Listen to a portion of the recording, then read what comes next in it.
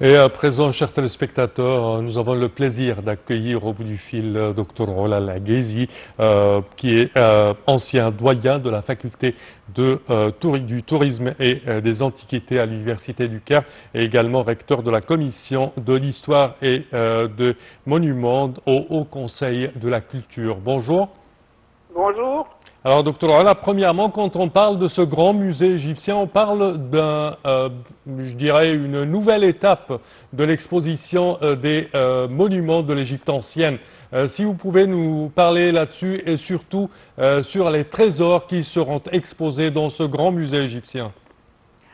Oui, certainement, ce grand musée égyptien, qui est le plus grand musée qui expose les objets d'une seule civilisation, la civilisation ancienne égyptienne. Oui.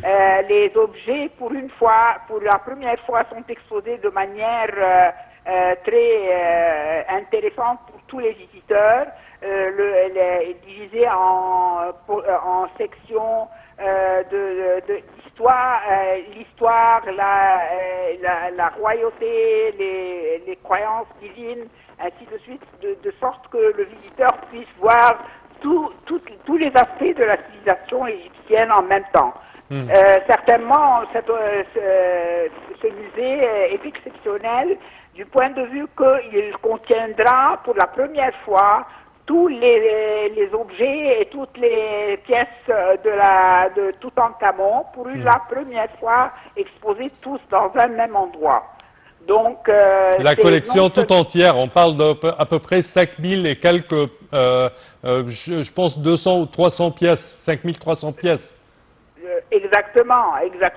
Et tout cela, enfin, c'est une manière superbe d'exposer tout ça avec les objets de Toutankhamon. Tous les objets sont dans un seul endroit. Certainement, cette portion ou cette section du musée, on ne l'a pas encore vue. Elle va être inaugurée le jour même de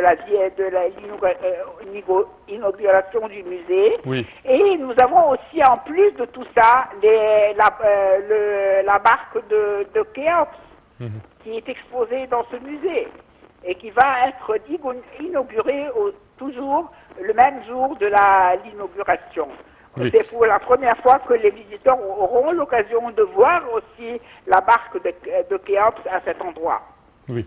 On parle que la visite au sein de ce grand musée est divisée en deux thèmes, je dirais. Un thème de temps, hiérarchie de temps du plus ancien jusqu'au plus récent, mais enfin également il y a un autre thème selon les sujets de la civilisation égyptienne, si je ne me trompe pas. Oui, certainement. C'est comme je vous ai dit, il y aura les thèmes seront la société, la vie sociale de l'ancienne Égypte, oui. Les rois, la royauté et tout ce que les rois ont fait durant toutes les périodes de l'histoire, et les croyances divines des anciens Égyptiens à travers le temps. Tout cela sera depuis la préhistoire jusqu'aux époques gréco-romaines.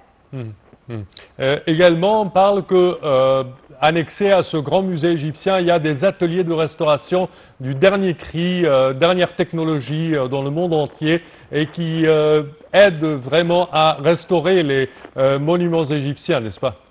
Oui, ça, le travail dans ces ateliers de restauration a commencé depuis quelques années déjà. Oui. Ils étaient tout ce temps-là occupés à faire les travaux très précis de la restauration des objets après leur transport du musée égyptien et de tous les autres musées. Et c'est un atelier énorme et avec toutes les techniques les plus modernes. Également, quand on visite le grand musée égyptien, on trouve qu'il y a un système d'éclairage tellement spécifique. Si vous pouvez nous parler là-dessus. Enfin, je ne suis pas très précise avec les systèmes d'éclairage, mais je sais que c'est une manière de ne pas donner trop de lumière ou trop à l'objet et en même temps donner une lumière indirecte qui, Oui. qui donne un aspect plus, comment dire, plus... Exhiber plus clairement les monuments. oui, exactement, exactement. Les monuments ou les petits objets même, les petites statuettes. Il y a l'exposition qui montre l'armée ancienne égyptienne, toutes les petites maquettes, tout ceci avec un éclairage vraiment bien étudié. Oui. On parlait toujours que le vieux musée de Tahrir exposait une quantité un tout petit peu, je dirais, un tout petit peu fourrée dans un endroit pas tellement la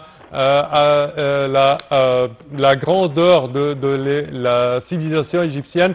Néanmoins, c'était un endroit magnifique et il le reste. Mais le fait d'avoir un grand musée avec à peu près 1000 mètres carrés de superficie donne plus de clarté sur les aspects de la civilisation égyptienne, les différents aspects de la civilisation égyptienne, surtout avec le grand nombre de monuments qui sont toujours disponibles pour être exhibés.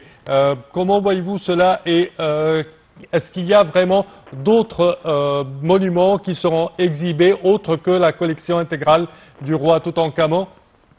Non, certainement, dans le grand musée, il y aura tous les monuments ou bien tous les objets de la civilisation ancienne égyptienne.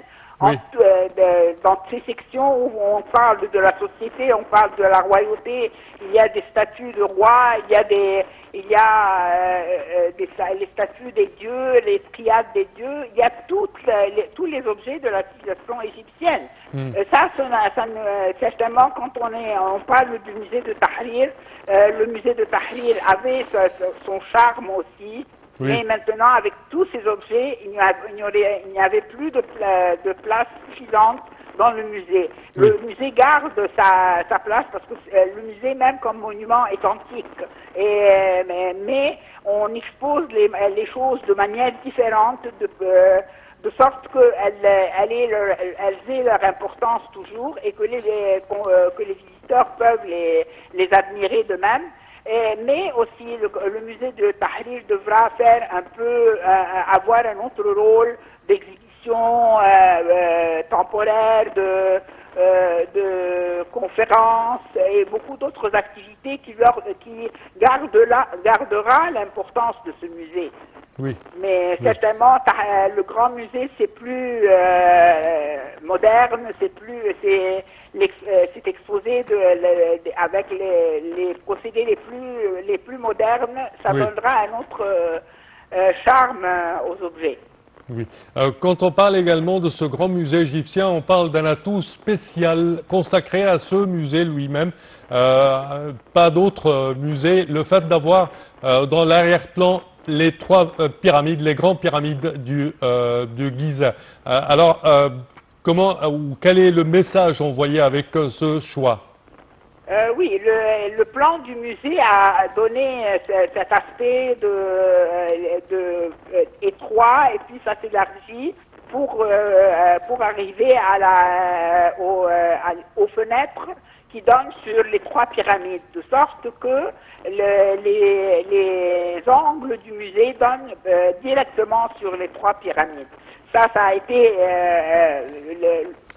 une des idées miraculeuses ou bien de l'architecte même qui a fait ce musée-là. Et c'est pour cela que le musée est tout de même unique en son genre. Il y a aussi le fait qu'il y aura un passage étroit mais long passage qui mènera directement du musée jusqu'aux pyramides. Et ça, c'est aussi quelque chose qui va donner plus de charme aux visiteurs, aux touristes, qui va pouvoir prendre un golf car pour arriver du musée jusqu'aux pyramides en même temps. Il a le charme les grandioses pyramides et après avoir visité toute cette civilisation à travers le musée.